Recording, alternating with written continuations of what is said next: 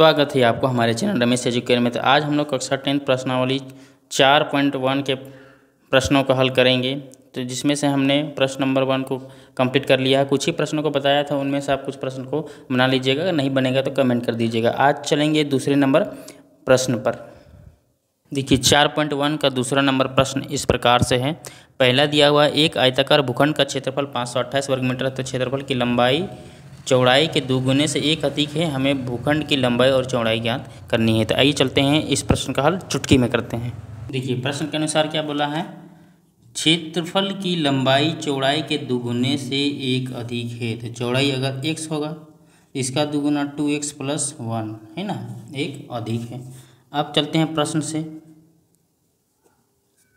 प्रश्न से क्या बोला है मेरे मित्र, बोला है कि आयताकार भूखंड का क्षेत्रफल, यहाँ लिखेंगे आयताकार भूखंड का क्षेत्रफल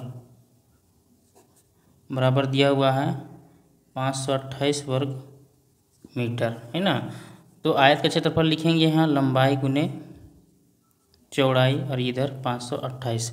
लंबाई जो है 2x + 1 और चौड़ाई कितना है x, बराबर ये हो गया 528। अब इसको गुना कर देंगे तो 2x² + x बराबर आ जाएगा 528। अब इसको इधर कर देंगे तो ये आ जाएगा 2x² + x - 528 बराबर 0।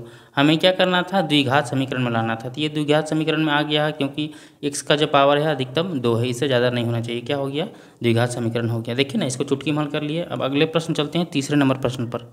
देखिए दूसरा नंबर प्रश्न है, दो क्रमागत धनात्मक पूर्णांकों गुणनफल 306 है। हमें पूर्णांक ज्ञात करना है। इसको द्विघात समीकरण में लाकर दिखाना है। आएगा द्विघात समीकरण, अन्यथा नहीं होगा। माना कि पहला धनात्मक पूर्णांक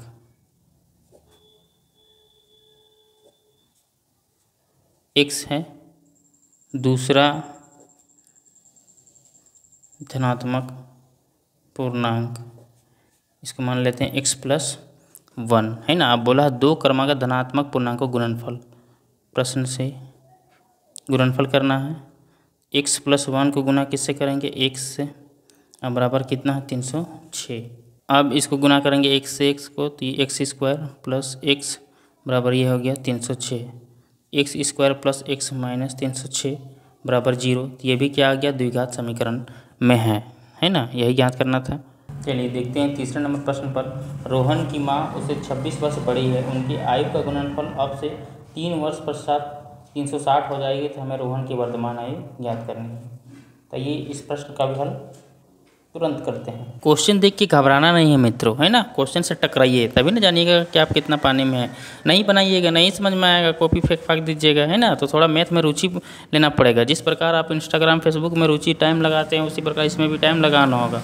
मैं ये नहीं बोल रहा हूँ कि पढ़ाई के बदले आप इंस्टाग्राम फेसबुक चलाइए, उसमें कम टाइम दीजिए और इसमें थोड़ा ज़्यादा टाइम दीजिए, है ना। पढ़ना है, भविष्य बनाना है, तो फेसबुक व्हाट्सएप और इंस्टाग्राम करने से नहीं ना होगा। तो आइए चलते हैं तीसरे नंबर प्रश्न पर। देखिए लिखा हुआ है, लिखना, माना कि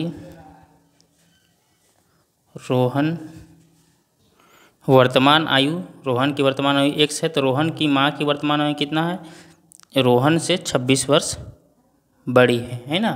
अब फिर क्या करना है, फिर अगले प्रश्न पूछा है, अब इससे 3 वर्ष पश्चात, 3 साल बाद, है ना। तो यहाँ लिखेंगे 3 वर्ष पश्चात, 3 वर्ष पश्चात रोहन की आयु x + 3 हो जाएगा, है ना। और रोहन की माँ की आयु ये हो जाएगा x + 26, इसमें भी +3। अब इसको जोड़ देंगे तो x + 29 और रोहन की आयु क्या हो जाएगा, x + 3। अब प्रश्न से बोला है इसका गुणनफल, है ना। क्या करना है, दोनों गुणनफल, रोहन की आयु और उसकी माँ की आयु। x + 3 गुना है x + 29 बराबर कितना है 360। x को 1 से कर देंगे, x², ये हो जाएगा 29x + 3x + 3 को 29 से गुना करेंगे, 3 9 7 7, हाथ में 2, 3 दूना 6 और 2 8 बराबर इधर हो जाएगा 360।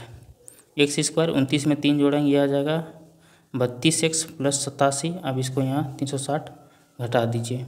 इसको x² ये हो जाएगा 32x। अब इसमें घटा देंगे, कितना आ जाएगा 273 बराबर 0। तो ये भी क्या है, द्विघात समीकरण में है। अब चलते हैं अगले प्रश्न, चौथे नंबर प्रश्न पर। पढ़िए यार तभी ना बनेगा, बिना पढ़ने से कुछ नहीं होगा मेरे बाबू। देखिए अब चौथे नंबर प्रश्न इस प्रकार से, एक रेलगाड़ी 480 किलोमीटर की दूरी समान चाल से तय करती है। यदि इसकी चाल 8 किलोमीटर प्रति घंटा कम होती है तो वह उसी दूरी को तय करने में 3 घंटे अधिक समय लेती है। हमें रेलगाड़ी की चाल ज्ञात करनी है। तो आइए इस प्रश्न का भी हल हम लोग चुटकी से करते हैं। देखिए माना कि रेलगाड़ी की चाल 1 किलोमीटर प्रति घंटा है ना, और रेलगाड़ी की दूरी कितना है 480 किलोमीटर। तो अब यहाँ निकालेंगे एक फार्मूला, समय बराबर यह हो जाएगा दूरी बटा क्या हो जाएगा चाल। शर्त 1 में क्या लेना है कि समय को मान लेते हैं इसको t1, दूरी जो कितना है 480 और चाल को क्या मान लेते हैं x, है ना। अब शर्त 2 में फिर यही करना है कि क्या करता है, यदि इसकी चाल 8 किलोमीटर कम हो जाती है ना, तो यहाँ t2 हो जाएगा, जितना चाल था उससे 8 किलोमीटर प्रति घंटा कम हो जाता है ना, और उसी दूरी को तय करने में 3 घंटा अधिक लेगा। तो यहाँ लिखेंगे प्रश्न से 3 घंटा अधिक लेगा, मतलब t1 जो है 3 घंटा अधिक लेगा, है ना। अब t2, अब इसको इधर करेंगे तो ये t2 माइनस t1 बराबर 3। t2 का मान है 480 बटा x माइनस 8, और यह माइनस हो जाएगा 480 बटा x बराबर 3, है ना। अब इसमें एलसीएम लेंगे तो यह बचेगा x माइनस 8 और ये x, ये हो जाएगा 480x माइनस 480 इंटू हो जाएगा x माइनस 8 बराबर यहाँ क्या हो जाएगा 3, है ना। इतना होने के बाद यहाँ कोमल लेंगे तो कोमल लेने पर ये आएगा 480, यहाँ बचेगा x माइनस माइनस यहाँ हो जाएगा प्लस 8 बटा x माइनस 8 इंटू एक्स।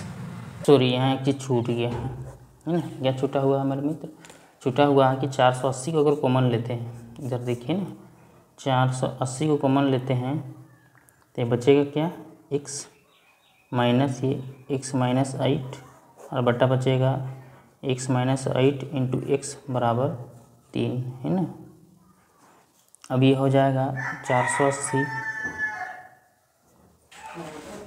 यहाँ से x से कट जाएगा, है ना, यहाँ से कट जाएगा क्योंकि माइनस है, बचेगा क्या माइनस माइनस यहाँ हो जाएगा प्लस, है ना। अब यहाँ बचेगा x माइनस 8 इंटू एक्स बराबर 3। इसको क्या कीजिए 3 से काट दीजिए, 3 एकम 3, यहाँ हो जाएगा 16 160, है ना। जब ये कट गया तो यहाँ बचा क्या 160 गुने 8, और ये पूरा इससे गुना हो जाएगा, मतलब इधर लाइए इसको। अब इसको गुना की 0 8 4 48 का 8 4 8 4 12, और इधर हो जाएगा एक्स स्क्वायर माइनस 8x, है ना। अब क्या करें, इसको उधर ले जाइए तो हो जाएगा एक्स स्क्वायर माइनस 8x, है ना, माइनस 1280 बराबर क्या हो जाएगा 0। तो ये भी क्या आया द्विघात सूत्र में आया। इस प्रकार हमने दोस्त प्रश्नावली 4.1 को पूरी तरह से कंप्लीट कर लिया है। आप वीडियो को देख लीजिएगा, आपको समझ में आ जाएगा। ऐसे प्रश्न हलवा है मेरे मित्र, थोड़ा सा ध्यान दीजिएगा, हो जाएगा। धन्यवाद।